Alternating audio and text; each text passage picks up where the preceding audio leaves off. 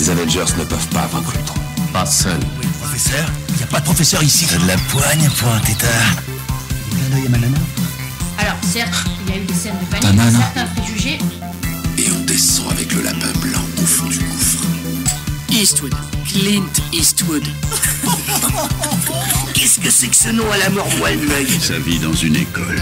Pourquoi vous obstinez-vous à ne pas comprendre mon action? Bienvenue dans ce nouvel épisode de LNDS. LNDS, c'est le format news. L'année sortie, on analyse l'actualité de l'industrie du cinéma et des séries sous toutes ses coutures. Et pour ce faire, je suis, comme d'habitude, avec Al. Bonsoir Al. Bonsoir Ista, comment ça va? Ça et toi? Ça va, beaucoup de news aujourd'hui, on a beaucoup d'infos sur Marvel, sur DC, voilà, ça a fusé. Ouais. Il y a des choses qui se sont arrêtées, on a des succès surprises, des trucs, enfin bref, là on a plein de trucs dont on va parler, et comme d'habitude, il y a les timecodes dans la description, donc voilà, vous pouvez aller directement aux infos qui vous intéressent, et on commence par Marvel, Ista. Ouais, on va commencer avec une nouvelle... alors toi, tu l'avais un peu théorisé, mais effectivement, c'est ce qui s'est passé. Ils ont repoussé les dates de Avengers Doomsday et Avengers Secret Wars, qui était à la base prévu pour début mai. Et ben c'était repoussé au 18 décembre 2026 et Secret Wars au 17 décembre 2027. Donc ça, c'est les dates américaines. Il y a des dates aussi qui ont été enlevées du planning, notamment la date du 13 février 2026 qui était comme un Untitled Marvel sur le planning de Disney, a été enlevé, et les dates du 6 novembre 2026 et du 5 novembre 2027 ont été enlevées et deviennent maintenant des Untitled Disney films, donc ce n'est plus des films Marvel, donc ils gardent les dates pour Disney mais pas pour Marvel, et ça fait que maintenant Spider-Man Brand New Day va être le prochain film en fait Marvel Studios qu'on va avoir avant Avengers Doomsday. Après les 4 Fantastiques aussi, il est pas encore arrivé. Après les 4 Fantastiques, effectivement. Voilà, alors ça disait dans les articles que le report de Doomsday et de Secret Wars, ce serait d'avoir le temps de faire une vision gargantuesque du film, voilà, parce que ce serait des énormes films avec énormément de personnages, etc. Bah, c'est ça dont on avait parlé, c'est que le tournage a à peine commencé. Le temps de finir les effets spéciaux, vu que le tournage il va sûrement durer extrêmement longtemps, possiblement avec des reshoots, etc., d'avoir à terminer les effets spéciaux qui vont être très conséquents, je pense, pour le film. C'est vrai que ça aurait été très compliqué en un an de faire tout ça, quoi, de faire tournage plus post-prod et tout. Donc c'est vrai qu'on s'était posé la question, est-ce qu'ils vont pas être repoussés? Finalement c'est le cas, ils le mettent à la fin d'année, ça va être leur gros blockbuster de fin d'année. On verra comment ça se passe, hein. Ouais, et c'est marrant parce qu'ils inversent avec les Star Wars. À l'époque, c'était Star Wars en décembre et Marvel en printemps. Et puis là, ils font l'inverse. Il y a 2 Star Wars en mai 2026-2027 et les 2 Avengers en décembre, quoi. Donc, à savoir en plus que Dune 2 sort en même temps que Avengers Doomsday pour l'instant, hein. Ils ont la même date. Bon, je pense que ça va bouger, je pense qu'il va y avoir des trucs qui vont changer, mais c'est vrai que si Dune 2 sort en même temps qu'Avengers Doomsday, je sais pas si c'est bon pour les deux. Ça me semble être très risqué comme move, donc je pense que s'il y a des trucs qui vont bouger, hein. Je pense aussi, mais je pense que c'est plus Dune 2 qui va bouger que Avengers. En plus, Dune 2 n'a pas commencé son tournage encore, donc il y aura peut-être pas le temps de... Enfin, on verra, mais je le vois bien bouger 2-3 mois après, genre en février de l'année d'après, quelque chose comme ça, quoi. Et Disney a implanté des drapeaux, implanté des dates en 2028 pour des Untitled Marvel films, donc on sait pas ce que c'est. C'est donc pour le 18 février, le 5 mai 2028 et le 10 novembre 2028. Bon, il y aura sûrement un X-Men, hein, je pense, dans les 3 dates.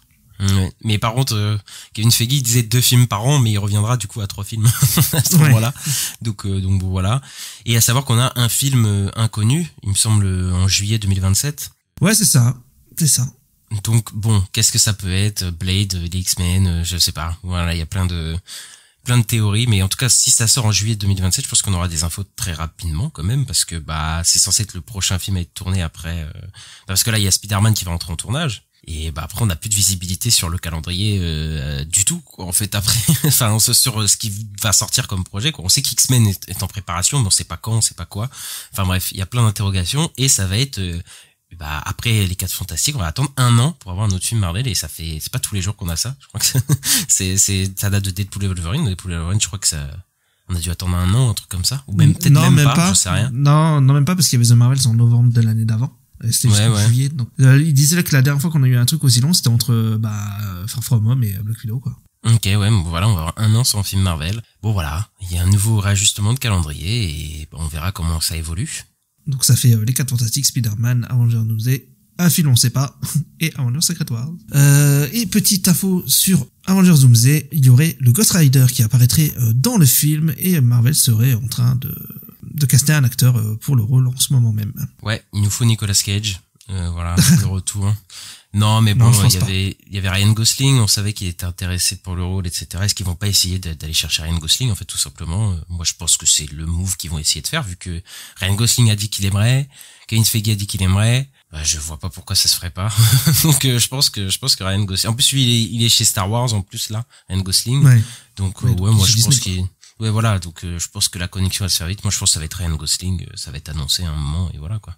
Ouais, je pense aussi. Je pense que ça va être ça. Il veut le faire.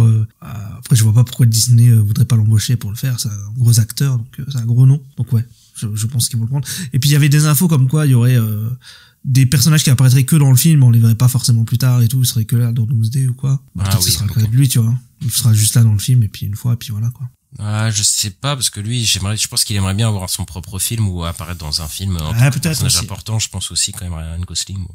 On verra de toute façon la suite des événements. Hein.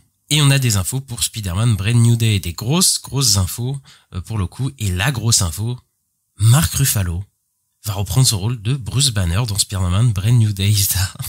Et apparemment pas un petit rôle, donc voilà, on en parle à chaque fois sur Spider-Man que dans les Spider-Man du MCU, à chaque fois dans le film Spider-Man, il y a un personnage du MCU qui a une part prégnante en fait dans le film. Et ben là, ça serait Hulk.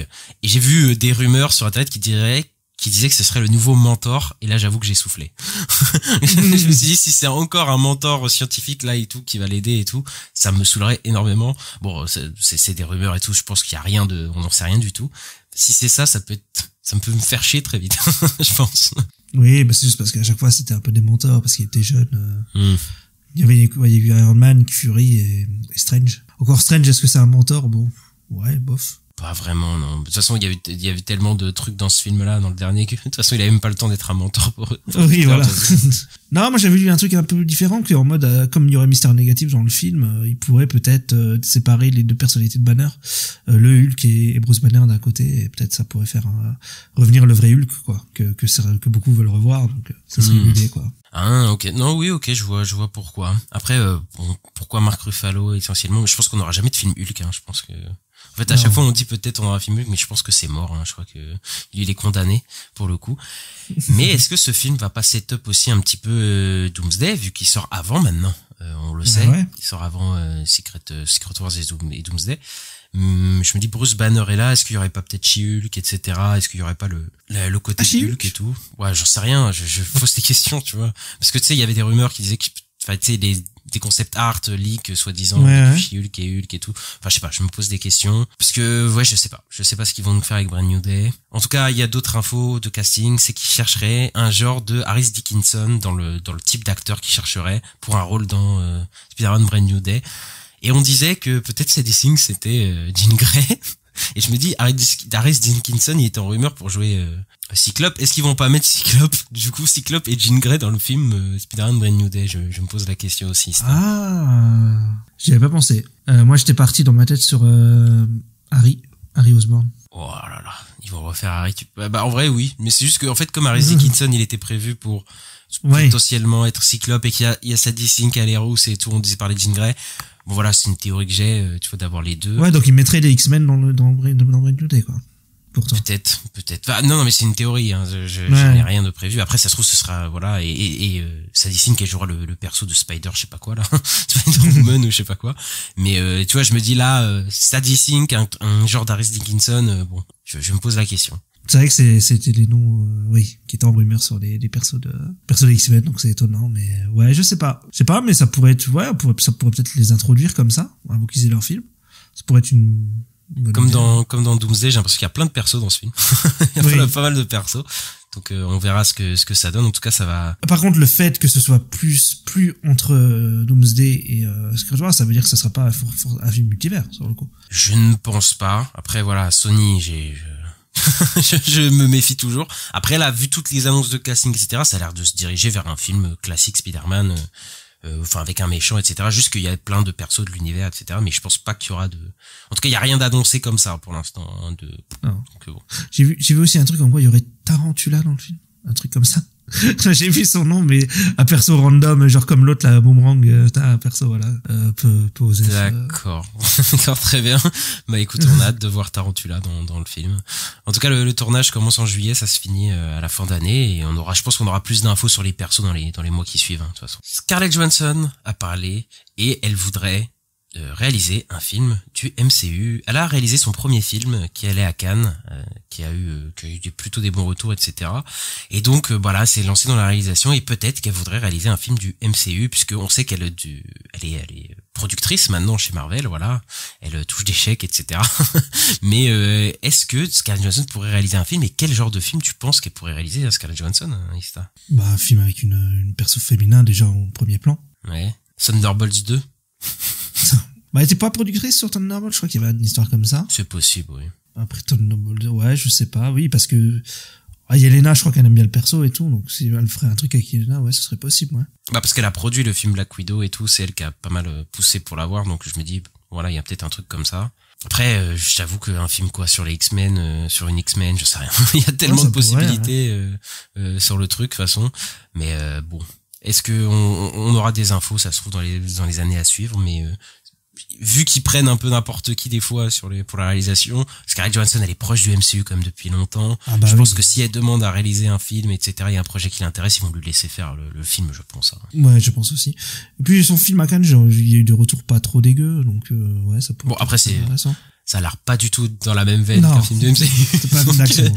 Donc bon, on verra ce que ça donne une fois qu'elle passe à la réalisation de gros films de blockbuster à 200 millions, quoi. Marvel Studios aurait des plans pour inclure le Silver Surfer dans plusieurs projets après Fantastic Four First Step, donc qui sort là bientôt, et notamment ils auraient un projet d'un film solo autour du Silver Surfer, donc je suppose qu'on parle du Silver Surfer féminin qu'on voit dans le film, à part s'il y en a un autre, mais après j'ai appris, moi je connais pas les comics, mais qu'il y a plusieurs Silver Surfer, etc. Donc est-ce qu'il ferait pas un film Silver Surfer mais avec plusieurs Silver Surfer, j'en sais rien, tu vois, techniquement. Ouais, possible. Donc je me dis que ça peut se jouer sur ça. Après là ils disent qu'ils ont des plans. Moi je pense qu'ils attendent de voir surtout comment va faire 4 Fantastic. Tu vois, est-ce que ça va être un giga succès? Toi, si c'est un giga succès, je pense que là oui, spin-off, etc. Je pense qu'on va en avoir en pagaille. Maintenant ouais, ils ont l'air confiants en tout cas sur leur Silver Surfer dans leur film. Donc ça se trouve ouais, ils ont plutôt mis l'accent bien dessus. Donc on verra ce que ça donne, hein, dans le film. Ouais, ils ont peut-être apprécié ce qui en ressort et ouais, ils veulent faire des spin-offs là-dessus. Ouais, on verra. Mais peut-être à un moment il y avait une rumeur d'un special aussi sur Disney+ il y a 2-3 ans. Donc peut-être que ça pourrait être ça aussi, quoi.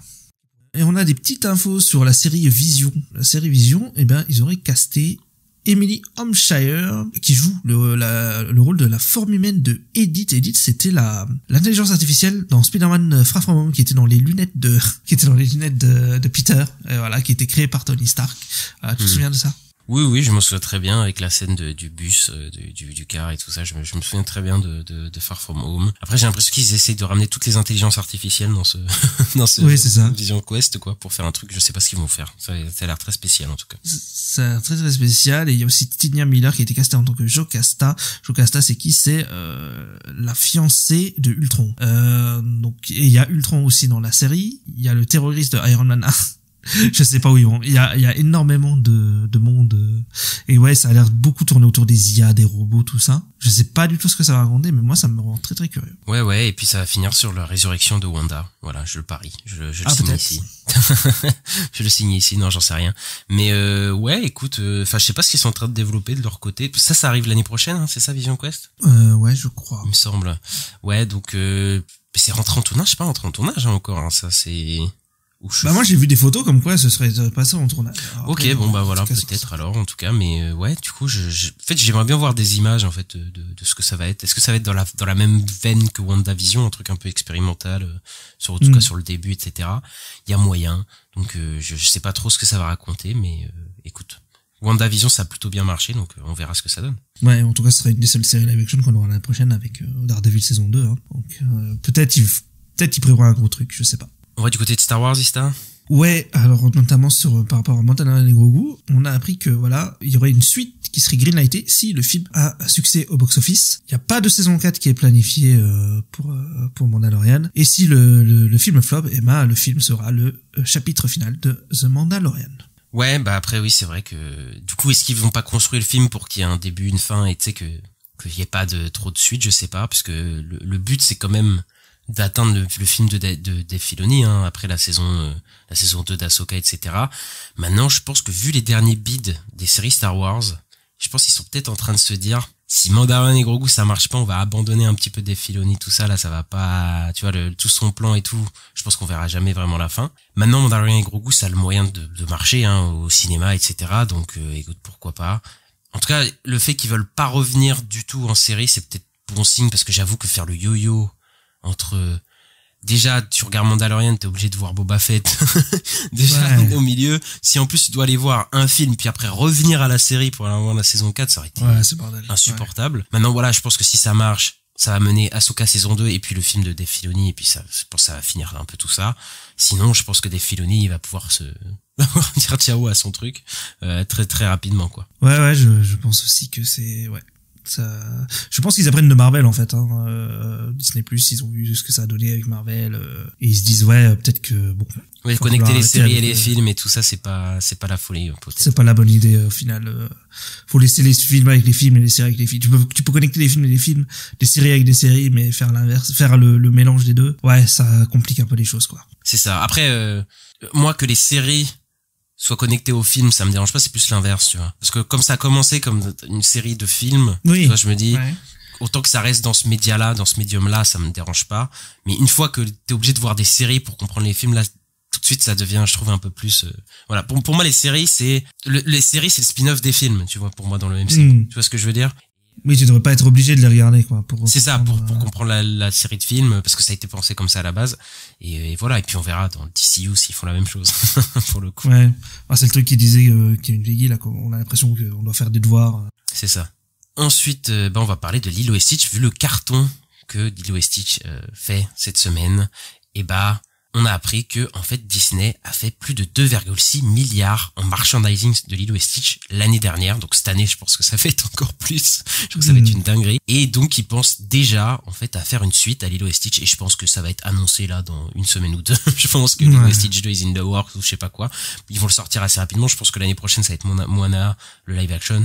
Je pense que même, ça se trouve, dans 2 ans, il va sortir, quoi. La suite de Lilo et Stitch. Enfin, c'est assez fou. Ouais, ça va aller assez vite, ça peut aller très très vite. Enfin bon, on en a parlé de toute façon dans notre critique, notre dernier épisode. Donc lui aussi, j'allais l'écouter. Voilà. Ista, est-ce qu'on passerait pas du côté d'HBO Warner chez DC? Parce que James Gunn, il a des choses à nous dire. Ouais, il y a des choses à nous dire, notamment par rapport à Peacemaker, parce que Peacemaker, ça arrive bientôt, c'est juste après Superman, c'est en août. Et il a teasé des choses sur cette saison 2, notamment qu'il y a pas mal d'autres personnages du DCU qui vont être dans la série, notamment qui vont venir du film Superman. Et il y aurait même un énorme caméo à la fin de la série. Voilà, il a dit que la saison 2 serait vraiment connectée à Superman et à ce qui vient aussi après Peacemaker. Donc voilà, c'est un élément important du DCU, quoi. Alors moi je suis assez partagé avec ce qu'il dit là James Gunn, parce que dans le sens où en fait que ce soit connecté à Superman, évidemment, bon, ça m'étonne pas, surtout que si Superman cartonne et tout, ils voudraient jouer avec le succès de Superman et tout, ça me dérange absolument pas, sachant que Peacemaker, c'est à la base un spin-off d'un film, voilà, que ce soit encore connecté au film, etc., ça me dérange pas. Maintenant, j'espère qu'elle sera un peu dans son propre monde, la série, parce que là je regarde la saison 1, et en vrai, faut avoir vu de Suicide Squad, mais en vrai ça va, tu peux comprendre la série, tu vois, il y a des nouveaux persos, etc. Là j'espère qu'ils vont pas faire que t'aies besoin d'avoir vu je sais pas combien de trucs pour comprendre Peacemaker, mais c'est surtout l'inverse en fait qui me fait peur. J'ai peur, et j'espère qu'il va pas faire ça, qu'on ait besoin d'avoir vu Peacemaker pour comprendre la suite de son univers, etc. J'espère qu'il va pas faire cette erreur là non plus.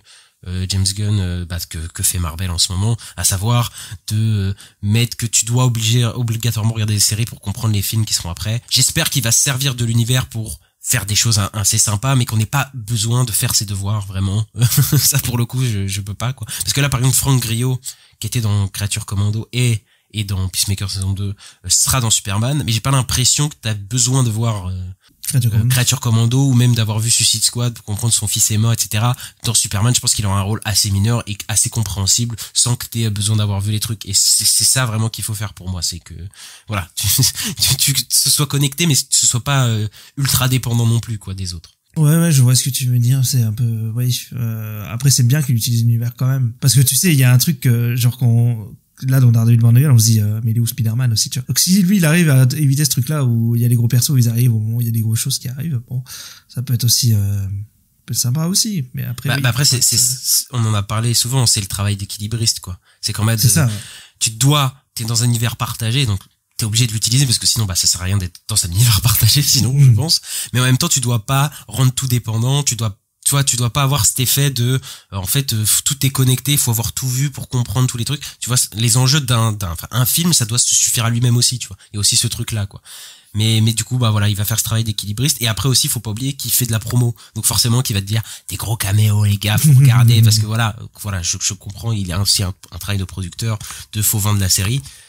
Maintenant, voilà, j'espère qu'il a fait les bons choix, quoi. Et on a eu une première image de Michael Rooker qui va jouer le personnage de Red Sunwild. Et donc ce sera la némésis de Eagly, donc Eagly qui est l'aigle de Peacemaker. Et en fait lui c'est un chasseur d'aigles, donc c'est un méchant. Et donc ça n'a rien à voir avec le perso qui joue dans The Suicide Squad. Mais c'est ça que j'allais dire, il était pas allé dans The Suicide Squad, j'allais dire.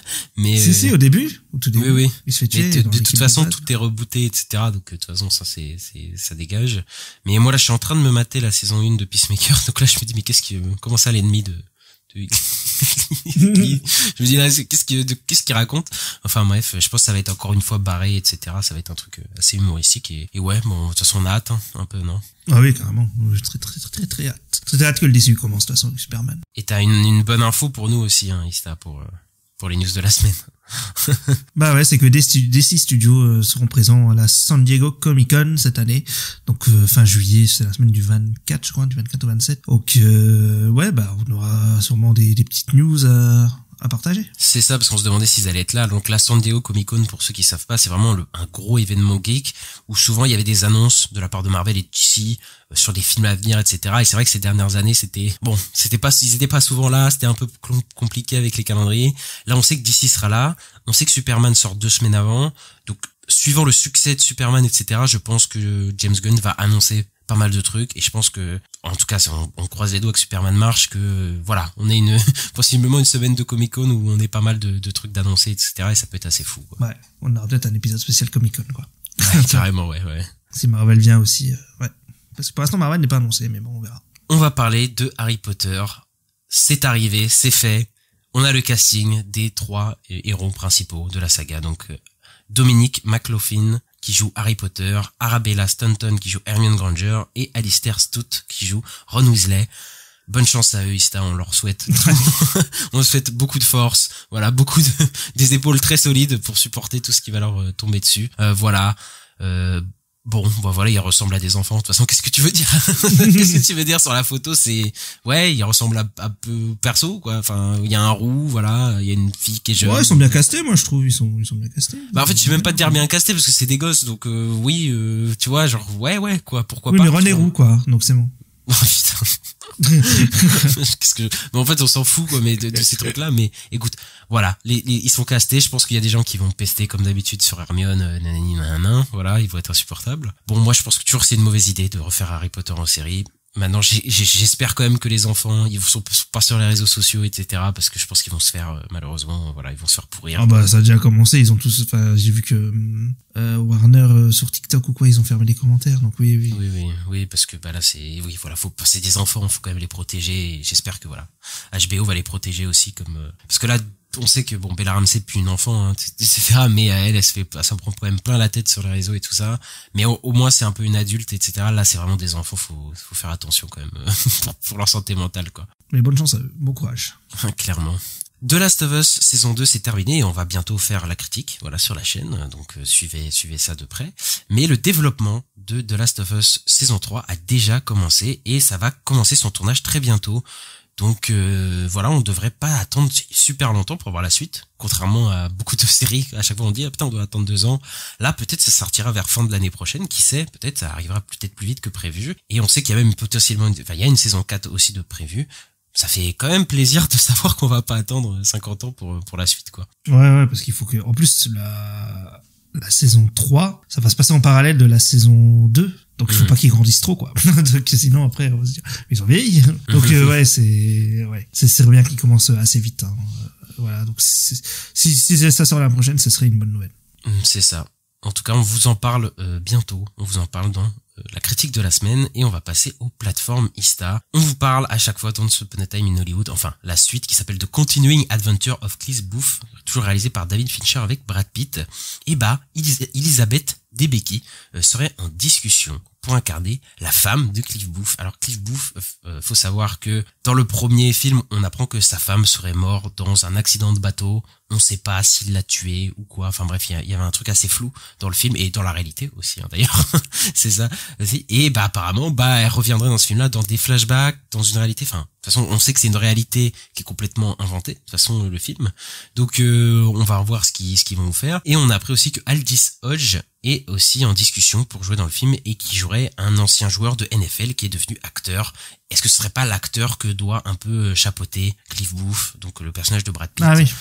C'est bien possible. Et apparemment, le tournage commencerait donc le 28 juillet, donc très bientôt. Donc ça arrive hyper vite, quoi. Donc ça se trouve, on l'aurait possiblement l'année prochaine ou peut-être début 2027. Faut voir aussi. Ouais. Et je voulais juste dire, Aldis Hodge, c'est celui qui joue Hawkman dans Black Adam. Voilà. Ok. Peut-être pas son meilleur rôle. Non, enfin, voilà. Après, peut-être dans un bon film, il jouera bien. Je sais pas. Peut-être, oui. Bon, après, il était ok. Ouais, non, mais ce projet-là, j'ai pas été tellement what the fuck, je ne sais. Oui, c'est trop bizarre, mais ça donne envie et je me dis, peut-être David Fincher va sortir la tête de l'eau, va sortir vraiment un truc, voilà, quoi. Ouais, parce que bon, son dernier film, c'était pas la folie. C'était pas le meilleur truc qu'on ait vu de lui. Non, j'avoue. Là, il y a du potentiel, en tout cas. Ensuite, on va du côté d'Amazon Prime. La Roue du Temps est annulée après 3 saisons. Alors que, en plus, je crois que la 3e saison a eu plutôt des bons retours. Je crois que c'est les meilleurs retours qu'ils ont eu de toutes les saisons. Mais je crois que il y avait pas beaucoup de gens qui regardaient au final. Je crois que ça a pas mal chuté, il me semble. Vu que ça se fait annuler, j'imagine que c'est à peu près ça. Parce que la série coûte extrêmement cher, je crois. En tout cas, les 2 premières saisons, je me souviens qu'elles avaient coûté très très cher. Donc voilà, ils se sont fait annuler. Bon, après, Prime, ils ont l'habitude de jeter l'argent par les fenêtres, hein. Donc voilà. Mais du coup, ouais, assez surprenant. La Roue du Temps se fait annuler, ça. Ouais, mais moi j'avais été surpris à l'époque qu'ils avaient renouvelé après la saison 1 et qu'ils avaient renouvelé d'ailleurs pour 2 saisons. Ils avaient renouvelé pour la 2 et la 3. Alors que ça avait pas des retours fous quand même sur la première saison. Les gens disaient ouais. Mais peut-être que les gens regardaient, hein, après, hein, tu vois. Peut-être, ouais. Et peut-être ça a baissé avec le temps comme une autre série de Amazon Prime qui a coûté 400 millions, mais mais ouais, je sais que Prime Video, moi ils ont parlé quand même de cette série comme un truc qui allait, ils comptaient beaucoup dessus et tout, et bon. Mais après c'est marrant parce que tous les trucs de fantasy post Game of Thrones sont tous un peu cassés la gueule en fait. C'est marrant parce qu'ils ont tous essayé de reprendre le flambeau, The Witcher, La Roue du Temps, le Lord of the Rings, Rings of Power, etc. Là, ils ont tous essayé de reprendre le truc de l'heroic fantasy post Game of Thrones, et au final le truc qui marche le mieux c'est House of the Dragon. Du coup c'est encore un truc de Game of Thrones, donc tu fais bon, voilà quoi. Mais ouais, c'est vrai que La Roue du Temps, moi j'avais vu la saison 1, c'est vrai que c'était pas la folie. Donc voilà. Je suis pas sûr que ce soit vraiment étonnant. Maintenant ils ont The Boys, ils ont Fallout, ils ont pas besoin de La Roue du Temps en vrai.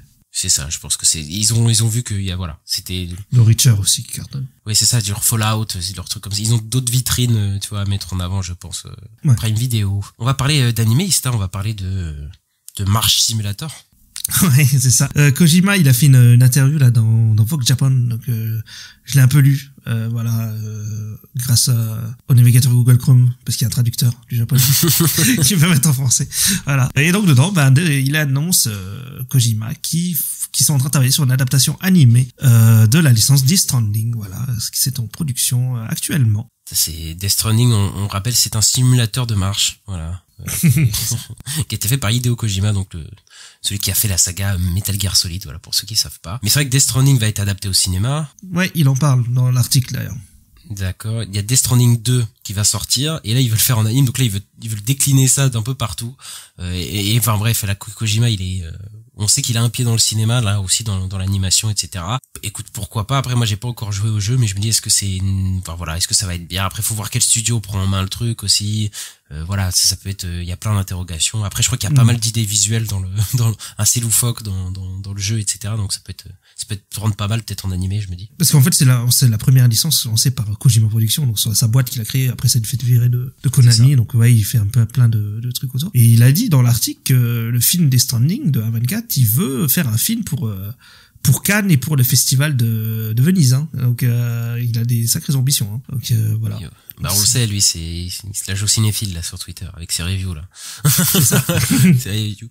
Et il a des potes, il a des gros potes, hein, Guillermo del Toro, etc. Là, il a des amis qui peuvent le coacher, donc ça va. Après, Guillermo del Toro qui fait Death Stranding ou des trucs comme ça, écoute, moi je prends, hein. moi je prends, hein. Après, je sais pas est-ce qu'il va le réaliser lui-même, parce que lui, on sait j'ai l'impression qu'il a un peu envie de réaliser quand même. Ou est-ce qu'il va appeler ses potes, je sais pas du tout. Très bonne question. Je crois que sur le film, on n'a pas de réel pour le moment. Hein. Donc ouais, c'est une très bonne question. Et on a une autre adaptation de jeu vidéo, Ista, qui arrive. Ouais, Street Fighter, le film, produit par Legendary Pictures. Eh bien, on a du casting carrément. Voilà. Alors, Andrew Koji et Noah Centineo vont jouer les rôles de Ryu et Ken. Donc voilà, les persos un peu principaux hein, de la franchise. Donc Ryu, le kimono blanc, le bandeau rouge et Ken le kimono rouge avec les cheveux blonds. Et il y a 2 autres acteurs qui sont plus étonnants. C'est donc Jason Momoa qui a annoncé au casting et qui devrait jouer Blanca. Donc c'est le monstre vert avec les cheveux orange. Et Roman Reigns, le catcheur de la WWE, qui devrait jouer Akuma, qui ressemble un peu à Ryu Ken, mais qui a un kimono violet et des cheveux rouges. Voilà. Ok, écoute. ouais, très bizarre ce casting pour le coup. Donc on a Roman Reigns, donc la star de la WWE. Jason Momoa, ils pourraient être cousins dans une autre vie. Jason Momoa et Roman Reigns. Souvent ils sont comparés sur Twitter. Il y a beaucoup de gens qui disent qu'ils se ressemblent énormément. Donc voilà, là ils seront dans le même film ensemble. Après ils jouent des rôles. Voilà, Street Fighter, moi j'y connais pas grand chose. Pour moi c'est des jeux de combat, donc je sais pas encore qu'est-ce qu'ils vont nous cook dans le film, etc. Ça va être encore quelque chose, je pense. Mais après pour des combattants, etc. Bah oui, prendre des catcheurs c'est pas déconnant. Hein. C'est pas mal. Hein. Non, le casting n'est pas si déconnant, plutôt intéressant, mais je sais pas ce que ça va donner visuellement. En vrai, je suis très curieux de voir. Je suis très curieux de voir. Moi, je pense que ça fait très peur. Hein. Voilà, les adaptations de jeux de combat au cinéma. Est-ce qu'il y en a déjà une bonne? Je me pose la question. Franchement, c'est à chaque fois. Le jeu de combat. Ouais. Parce que les films Street Fighter, Mortal Kombat, Dead or Alive et tout ça. Ouais, bon. on a vu mieux, mais après, bon. On verra ce que ça donne, hein. Puis on a la suite de Mortal Kombat qui sera en fin d'année aussi. Donc on verra ce que ça donne aussi, quoi. Ouais, et puis bon, les licences actuellement de jeux vidéo sont quand même prises un peu plus au sérieux par par Hollywood, donc je suis quand même un peu curieux de voir ce que ça donne. Déjà, on a des gros noms, donc on verra, mais moi je suis très curieux de ce projet. Et on va finir les news avec Tom Cruise, et oui, puisque Christopher McQuarrie est en train de développer le script pour Top Gun 3 pour avoir Tom Cruise dedans encore et refaire un Top Gun Maverick 3, j'allais dire 2, mais non, puisque c'est le 3e film du coup. Mais pas étonnant, je veux dire, après avoir fait 1,6 milliard au box-office, voilà, on savait que ça allait venir. Hein. Oui, c'est sûr. Mais je sais pas, Christopher McQuarrie, il était sur le 2 déjà? Ou pas du tout? En fait, il est scénariste de quasiment tous les trucs de Tom Cruise depuis un moment, en fait, il est dessus, quoi. Après, c'est pas lui qui l'a réalisé, le Top Gun 2, mais voilà, il est toujours producteur ou réalisateur des projets sur les 10 dernières années de Tom Cruise, quoi, lui. D'accord. Ah oui, c'est pour ça que j'ai lu en plus que McQuarrie, il a dit qu'il a failli arrêter le cinéma, et c'est Tom Cruise qui l'a relancé un peu, qui l'a repris. C'est pour ça qu'il fait que des trucs avec Tom Cruise, en fait, maintenant. Il fait plus rien d'autre, quoi. Donc, ouais, non, mais c'est pas étonnant. Ouais. Et il y a pas longtemps, Christopher McQuarrie et Tom Cruise, ça nous rapportait qu'ils avaient 3-4 projets ensemble encore de prévus, etc. Donc ça doit en faire partie. Voilà. Il y a aussi, là on a appris qu'il voudrait faire revenir le personnage de Les Grossman, donc dans Tropic Thunder, à savoir le personnage de Tom Cruise un peu mafieux, un peu taré, qui est complètement transformé physiquement, etc. Qui nous avait fait beaucoup rire. Hein. Moi j'aime beaucoup son personnage, mais qui voudrait le faire revenir peut-être dans un spin-off ou quoi. Bon là j'avoue que j'ai soufflé un peu, je dois le reconnaître, parce que je suis en mode, en fait il marche bien dans le film, mais voilà, c'est bon, c'était une blague des années 2000, c'est très bien comme ça, pas besoin de tout ramener et tout ça, etc. Voilà, Tom Cruise, arrête de t'enfoncer dans les franchises aussi, c'est bon. Libère-nous, quoi. Ouais. Après il y a le film de Inaritu bientôt, donc il fait un peu, peut-être essayer de faire les deux. Mais il y a un mec qui disait, on sait pas Tom Cruise ce qu'il veut faire, est-ce qu'il veut devenir un acteur, enfin redevenir un acteur sérieux comme avant, être l'acteur de cascade qu'il voulait, ou être le gros bouffon en faisant du Les Grossman. Il veut faire un peu de tout à la fois, quoi. Il veut faire un peu de tout à la fois, quoi. Tu te dis bon, ouais, c'est vrai que là, il veut un peu tout faire, quoi. C'est assez fou, quoi. Il veut qu'on le voit 3 ou 4 fois par au cinéma. C'est ça. Il est complètement malade. Bon, on passe à la chronique box-office, Sista. Ouais, on y va. Et bien, il y a eu le Memorial des Weekends, et c'est le meilleur, ce week-end, c'est le meilleur Memorial des Weekends jamais vu au box-office domestique, donc aux États-Unis, parce que les films, ils ont fait 322 millions de dollars sur le week-end de 4 jours. C'est sa plus gros Memorial Day depuis un moment, je crois. C'est ça. Ever, ils disent jamais vu. Ah, de tous les temps, ok, carrément. Okay. sur le box-office, sur le seul américain, quoi, en tout cas. De toute façon, c'est un truc américain, le Memorial Day, on l'a pas chez nous. Nous, on n'a pas du tout. Et donc, il y a notamment eu Lilo et Stitch, qui a fait un énorme carton, 183 millions sur son opening weekend sur le sol américain, et a super performé aussi sur le box-office mondial avec 341 millions de dollars pour un budget de 100 millions. Donc c'est énorme carton, c'est déjà rentable en un week-end, quoi. Ouais, bon, je pense que le film va faire le milliard. Voilà, c'est même quasiment sûr. Je pense à l'heure actuelle, on peut même quasiment le dire. Je pense que ça va être le premier film à atteindre le milliard. Il a fait mieux que Minecraft, et Minecraft, il a fait 950 millions, etc. Et bah voilà, je peux le dire maintenant. Minecraft, il a 940 millions. Et va pas atteindre les 1 milliard, hein. Voilà, c'est mort. Donc en fait, Lilo et Stitch est prévu, voilà, pour être le premier milliardaire de l'année. Voilà, on verra cet été si ça va être battu, etc. Mais ouais, grosse performance de Lilo et Stitch que on n'a pas forcément vu venir, mais qu'on aurait pu voir venir. Au final, c'est un peu ça l'idée, quoi. Exactement. Mission Impossible de Final Reckoning a atteint 77 millions au box-office domestique ce week-end. Donc voilà, c'est un des plus gros de la franchise, et dans le monde il a atteint 190 millions, donc c'est le plus gros opening pour la franchise ever, sauf qu'il y a un petit problème pour ce Final Reckoning, c'est qu'il a coûté 400 millions de dollars. Donc pour rembourser ce film-là, il va falloir aller chercher très très haut. Est-ce que le film peut le faire?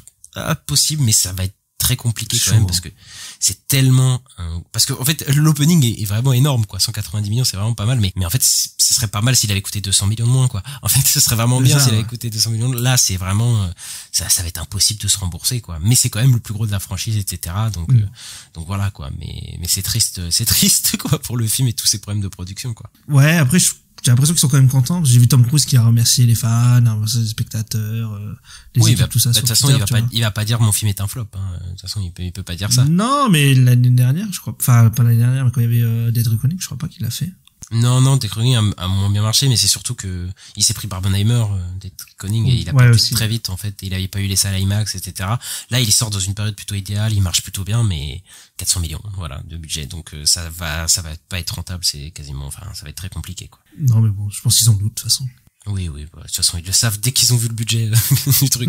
Final Destination Bloodlines, lui, alors cartonne, il a atteint 180 millions dans le monde pour un budget de 50 millions, et ça va peut-être être le film qui rapporte le plus cette année, en termes de films d'horreur. Bon, après, il y a un Conjuring qui arrive, et il y a Five Nights at Freddy's aussi en fin d'année, donc on verra, mais voilà, les films d'horreur, pas si petit budget, quand même 50 millions, c'est quand même un gros budget pour un film d'horreur, mais il cartonne, donc voilà, on va se taper encore un autre Final Destination dans 2 ans, voilà, c'est quasiment sûr. Ça va partir, là. Ça va repartir.